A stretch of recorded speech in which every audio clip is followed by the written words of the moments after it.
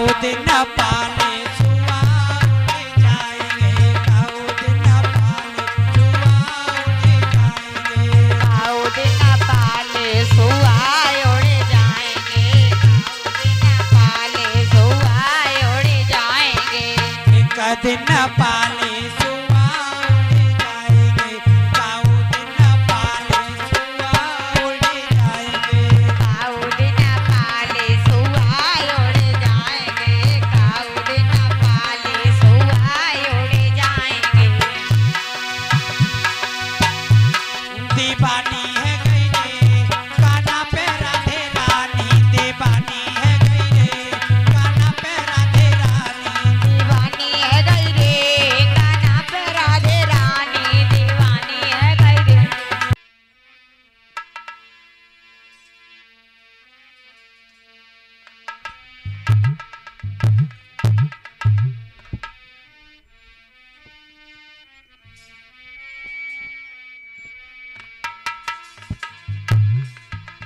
कि किस कारण से प्रियतम प्यारे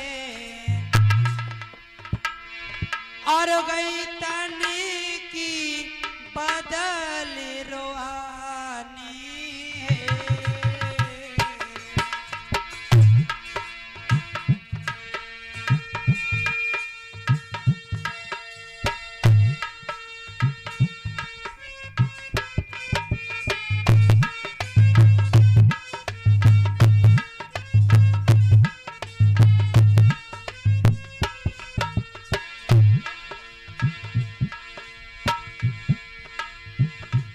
किस कारण से प्रीतम प्यारे गई तन की बदल रोहानी है।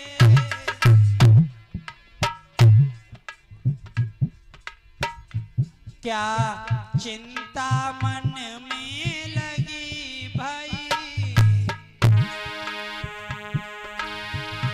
क्या चिंता मन में लगी भाई, चेहरे को ढरक गयो पानी।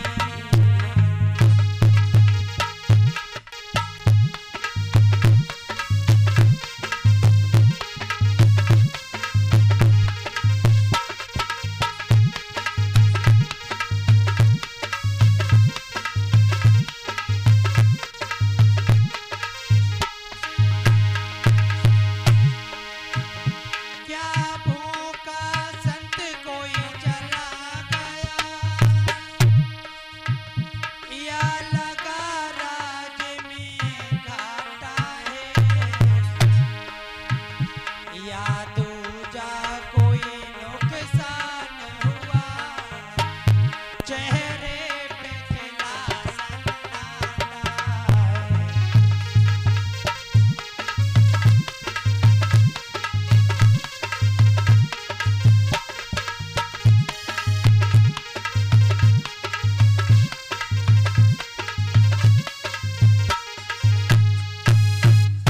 जवाब दिया है रानी तारा ने, महाराज आज से पहले इतने उदास होकर के आप आंगन में कभी नहीं आए, क्या बात है।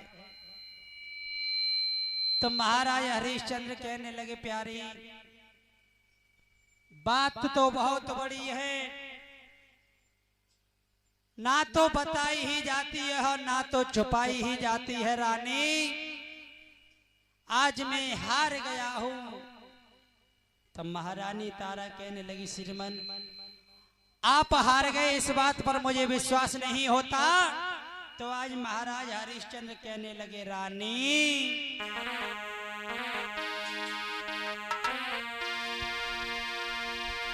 आरे गए तेरा बाचा में गोरी हारी,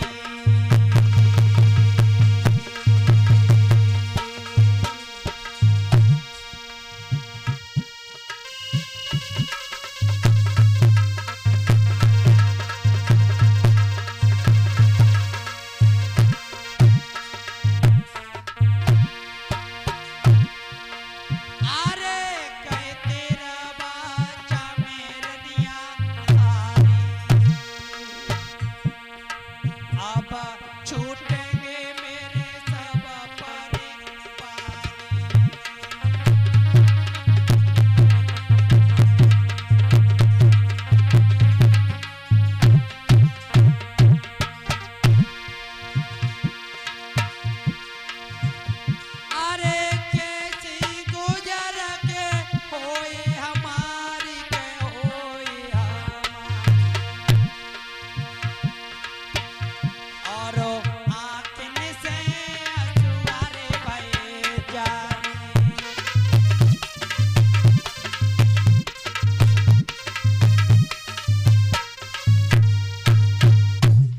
जवाब दिया है रानी तारा, अपनी बात में ही फंस जाना सबसे बड़ी मूर्खता होती है और अपनी बात से ही निकल जाना सबसे बड़ी जीत होती है। आज मैं अपनी ही बात में फंस करके हार गया हूं। महाराज हरिश्चंद्र ने जिस समय इतनी बात कही लोगों, तो रानी तारा कहने लगी प्रभु साफ साफ समझाइए बात क्या है। तो महाराज हरिश्चंद्र कहने लगे रानी, एक ब्राह्मण ने आकर के अपना सारा राज्य और पाट ले लिया, अब हमारे पास कुछ नहीं बचा है। तो रानी तारा कहने लगी महाराज बस इतनी सी बात पर आप रो रहे हो? अरे ये बताओ उस ब्राह्मण का कुछ रह तो नहीं गया? जवाब दिया रानी, ब्राह्मण का 60 बार सोना और रह गया। रानी तारा कहने लगी महाराज तो इतना दुखी क्यों होते हो? ये रानी तारा आपके पीछे अपने शरीर के टुकड़े करवा सकती है, लेकिन आपके सर को कभी झुकता हुआ नहीं देख सकती है महाराज। महाराज हरिश्चंद्र कहने लगे वाह मेरे प्रभु, आज मैं समझ गया कि अगर ये धरनी माता टिकी हुई है तो तुम जैसी महिलाओं से। महाराज हरिश्चंद्र बोले हैं रानी, धरनी करनी है थमी हुई और तुम जैसी अबलाओं से, बलवानों की यदि इज्जत है तुम जैसी।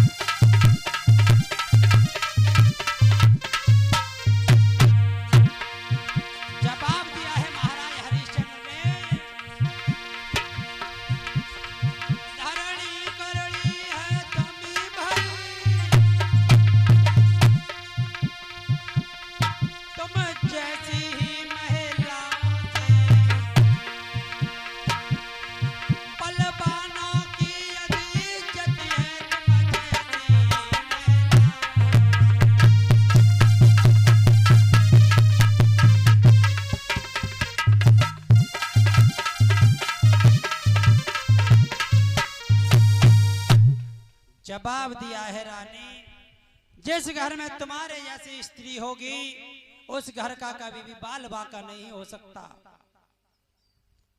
आज महाराज हरिश्चंद्र कहने लगे रानी, अब महाराज का 60 बार सोना और रह गया है। तो रानी तारा कहने लगी प्रभु आप मुझे भी बेच दीजिए, लेकिन स्वामी जी का कर्ज अदा कर दीजिए। पुत्र रोहितास भी आ गया, कहने लगा पिताजी मुझे भी बेच दीजिए, लेकिन अपने कर्ज को अदा कर दीजिए। हे मेरे प्रभु,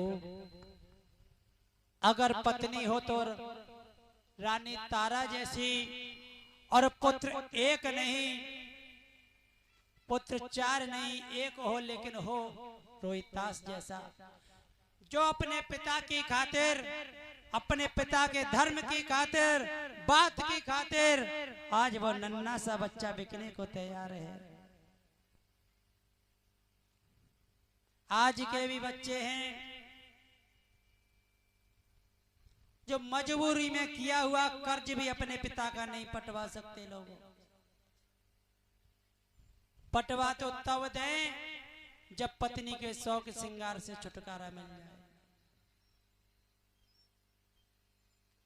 और कुछ रहा बचा तो आवश्यकताएं लोगों ने इतनी कर ली। किसी ने कहा है कि पापा पापा कहते थे तब बड़े मजे में रहते थे, क्योंकि जब कहा है कि बाप की कमाई और बम्बा की एक समान हुआ करती है। लोगों जिस तरीके से बम्बा में से भर के कितना भी जल, चाहे उससे नहा लो चाहे फैला लो, कोई फर्क नहीं पड़ता। इसी तरीके से बाप की कमाई हुई दौलत में से कितना भी खर्च कर लो कोई फर्क नहीं पड़ता, क्योंकि ऐसा लगता है जैसे फ्री की कमाई लुटा रहे हैं। कभी उस पिता की ओर देखा है किसी ने? तुम्हारी आवश्यकताओं, जितनी तुम्हारी आवश्यकताएं होती हैं उतने ही उससे ठीक दुगने छेद पिता की बनियान में हुआ करते हैं। लोगों कभी झांक करके देखना। आज मां को सभी लोग उच्च स्थान देते हैं, मां के पैरों के नीचे स्वर्ग बताते हैं, और वास्तव में मां के पैरों के नीचे स्वर्ग है। लोगों, स्वर्ग तो है, जब स्वर्ग बना दिया जाए और जब तुम्हें उसका दरवाजा ना मालूम हो तो जाओगे कहां से? अरे भाई, किसी के महल में जाओगे तो दरवाजे से ही। अगर मां स्वर्ग है तो पिता उसका दरवाजा है। हर बात को भूल जाना, लेकिन अपने इस प्यारे से माता पिता को मत भूलना भक्तों। पिता और सूरज दोनों एक समान हुआ करते हैं। जब पिता और सूरज दोनों डूब जाते हैं उसके बाद में लोगों को ध्यान रखना, हमेशा अंधकार ही छाता है। पिता को मरने के बाद में जीवन में अंधकार छाता है, और सूरज को डूबने के बाद में भी अपने जीवन में अंधकार छाता है। जब सुबह पुनः सूरज निकलता है तब पुनः प्रकाश होता है। इसी प्रकार से लोगों, सूरज की गर्मी और पिता की गर्मी को सहन करना सीखो।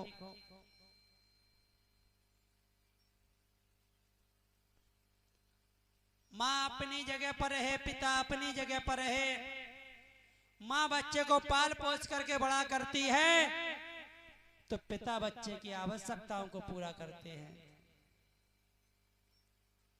मेरी समझ में तो इनसे बढ़ करके किसी का दर्जा नहीं आया। लोगों, बताया है सतगुरुदेव जी ने कि जो सबसे पहली कृपा हुआ करती है वो अपने माता पिता की हुआ करती है। एक बात सोचो, जब माता पिता ने हम तुमको जन्म दिया, जन्म देने के तुरंत बाद अगर वो माता पिता हम तुमको मार देते, तो आज जो हम तुम सपना सजाए बैठे हैं, कोई इंजीनियर बने बैठा है, कोई डॉक्टर बने बैठा है, कोई वकील बने बैठा है, कोई इंस्पेक्टर बने बैठा है, क्या ये बच्चे आज इस संसार में होते? कोई भी नहीं होता। आज उन माता पिता ने तुम्हारे ऊपर अगर ये कृपा की है तो आज तुम्हारा भी कुछ फर्ज बनता है कि उस माता पिता के लिए कुछ करो। मैं ये नहीं कहता कि अपनी खाल की चमड़ी की जूती बनवा करके पहरा दो, लेकिन इतना तो कर ही सकते हो लोगों, जहां माता पिता के रास्ते में कांटे बने हो वहां फूल बनकर तो बिछी सकते हो।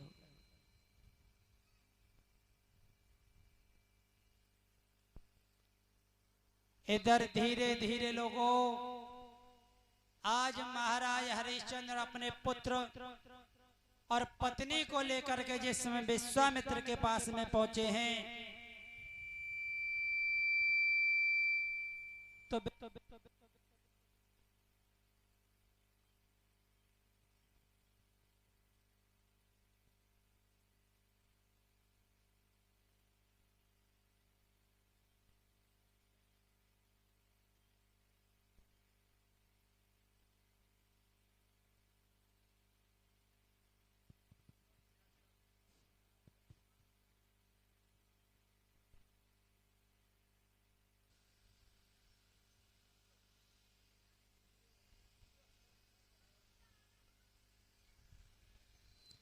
बोलिए गोविंद भगवान की। जैसे ही विश्वामित्र अपनी पत्नी और पुत्र को लेकर के विश्वामित्र के पास में आए हैं, तो जवाब दिया है, स्वामी जी आप हम तीनों को बेच दीजिए और अपना कर्ज अदा कर लीजिए। तीनों लोगों ने भक्तों अपनी वेशभूषा को बदला है। रानी के पास में केवल एक पतली सी साड़ी है और पुत्र के पास में एक धोती है और राजा के पास में केवल एक लंगोटी है। लोगों, जिस समय महल से निकल करके चले हैं लोगों, तो देखने वालों की छाती फटने लगी। धर्मात्मा जैसा राजा आज अपने नगर को छोड़ करके जा रहा है। सभी लोगों की आंखों में आंसू आ गए। लोगों, जिस राजा ने अपनी प्रजा को पुत्र के समान पाला, आज वो राजा हम सबको छोड़ के जा रहा है। याद रखना मेरे प्रभु, जब कोई दिल में बसने वाला इंसान किसी को छोड़ करके जाता है तो उसके दिल पर क्या बीतती है ये तो वही लोग जानते हैं। आज राजा जिस समय अपने आंगन से चले हैं तो आज प्रजा रोने लगी, कहने लगी मेरे राजा, अरे तुमने कभी किसी को ऊंच नीच नहीं समझा, छोटा बड़ा नहीं समझा, आज हम सबको छोड़ करके कहां जा रहे हो। तो महाराज हरिश्चंद्र कहने लगे, आंखों में अश्रुधारा लेकर के विश्वामित्र से एक बात बोले हैं, महाराज अरे मैंने जिस तरीके से इस प्रजा को अपना पुत्र माना है, मैंने कभी इनकी आंखों में आंसू नहीं आने दिए। महाराज अगर हो सके तो मेरी एक विनती को मान लेना, मेरी इस प्रजा को कभी दुख मत देना महाराज, चाहे कुछ भी करना, लेकिन इन प्रजा के लोगों की आंखों में कभी आंसू मत आने देना महाराज। विश्वामित्र कहने लगे, राजन ये झूठा नाटक दिखाने की कोशिश ना कर, आज के बाद में प्रजा मेरी है, मैं इस राज्य का अधिकारी हूं, जैसे चाहूंगा वैसे राज्य चलाऊंगा। महाराज हरिश्चंद्र कहने लगे, प्रभु मैं तो सिर्फ एक निवेदन करना चाहता हूं, आगे आपकी मर्जी, जैसे चाहो वैसे चलाना। आए धीरे धीरे लोगों, महाराज हरिश्चंद्र पुत्र रोहितास और रानी तारा बिकने के लिए चले, पीछे से विश्वामित्र चले जा रहे हैं। लोगों, महाराज हरिश्चंद्र का राज्य कोई छोटा नहीं था। अनिल, आज धीरे धीरे चले जा रहे हैं तो आज पुत्र रोहितास के पैरों में जिस समय छाले पड़ जाते हैं लोगों, तो विश्वामित्र आज धीरे धीरे काशी नगर में बेचने के लिए जा रहे हैं। तो पुत्र रोहितास के पैरों में जिस समय छाले पड़े हैं तो रो करके एक बात कही है, मैया